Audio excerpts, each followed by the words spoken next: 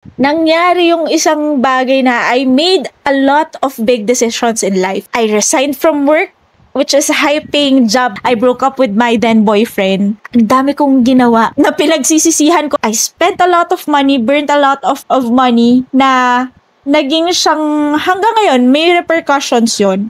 Pero I also believe in no regrets kasi parang everything has become a lesson. I wasn't aware na may na manic episode yun kasi habang nag-splurge ako ng pera, habang kung saan-saan ako napupunta, habang kung sino-sinong kasama ko, merong times pa rin na I am hoping na mawala na lang ako. And I was thinking na at the end of this day, pag naubos ko na lahat ng meron ako, mawawala na lang ako. I don't know how it... Pero that's how you think. That's how you feel. Yeah. I don't know how it will happen.